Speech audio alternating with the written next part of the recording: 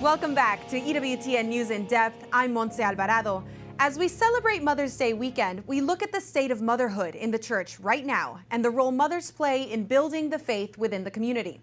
Joining us are leaders who help serve women in the Catholic Church. Rachel Ullmann, the Executive Director of the Given Institute, which provides leadership training, faith formation, and mentoring for young adult women. She's also a mother of a new baby. Congratulations, Rachel.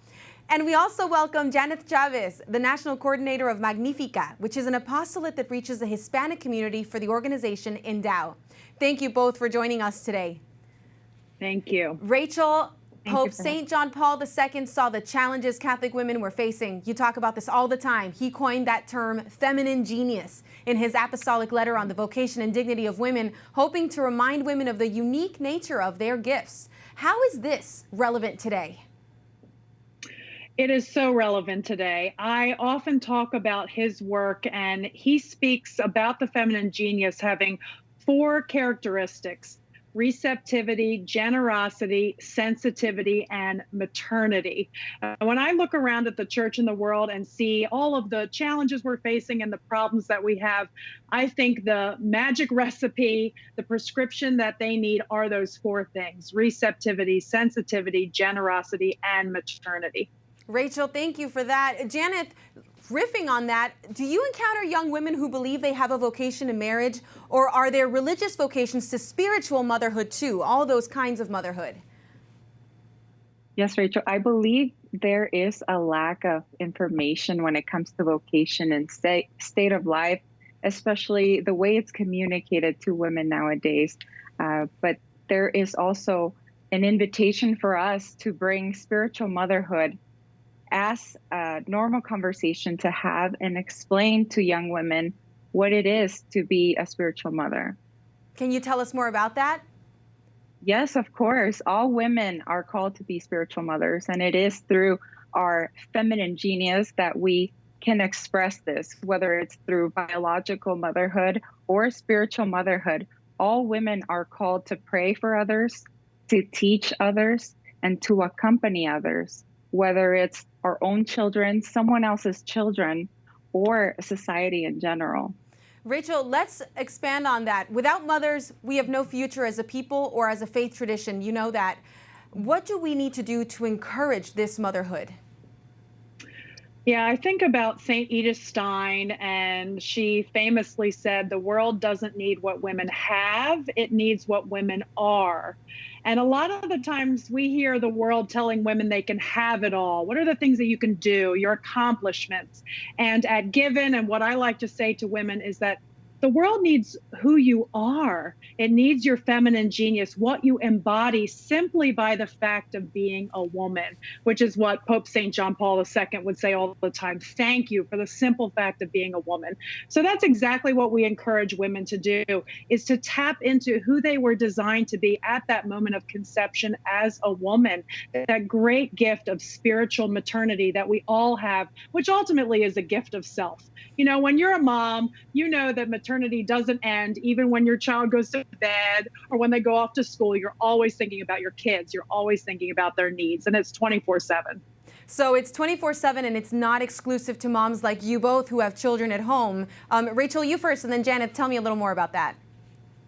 It's so true. I'm a former teacher, so I certainly, even before I was married and had children, I experienced that spiritual maternity with my students in the classroom, that you think about them, you care about their needs and how you can love them. And that's the case for every single woman. And I encourage every woman watching to really look around you at who are the people in your life that are suffering.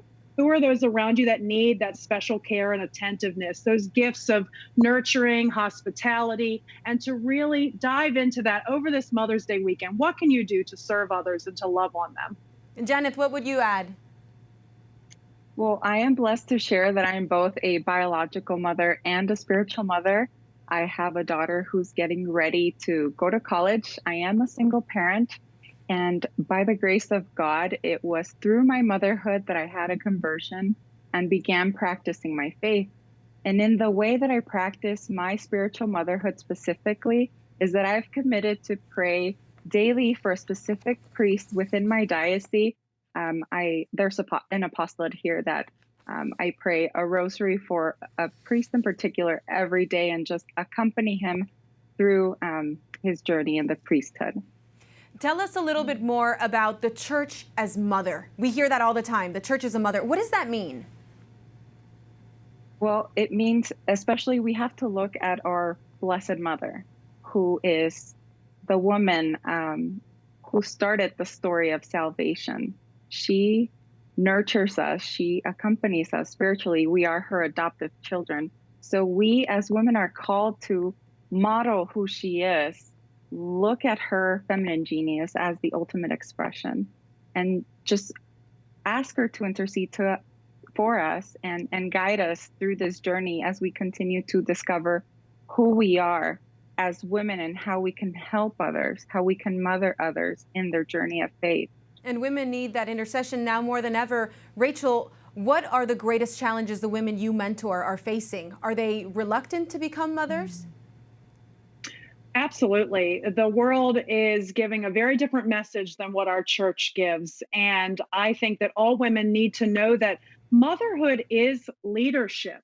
And we teach that at Given. It's very important to us that every woman knows that she can be a leader, no matter her realm of influence, no matter her state in life, her profession, that every woman can be a leader of maternal love and can ultimately change the world. She can change her local community through giving of herself and giving of her gifts to others. So yes, women face a lot of pressures to achieve, to accomplish certain titles, certain job accolades. But instead, like I said before, women, because of who they are, when they give of themselves to others, that's the greatest thing that they could do. And tell us a tiny bit about Given. It was founded by the Sisters of Life, right?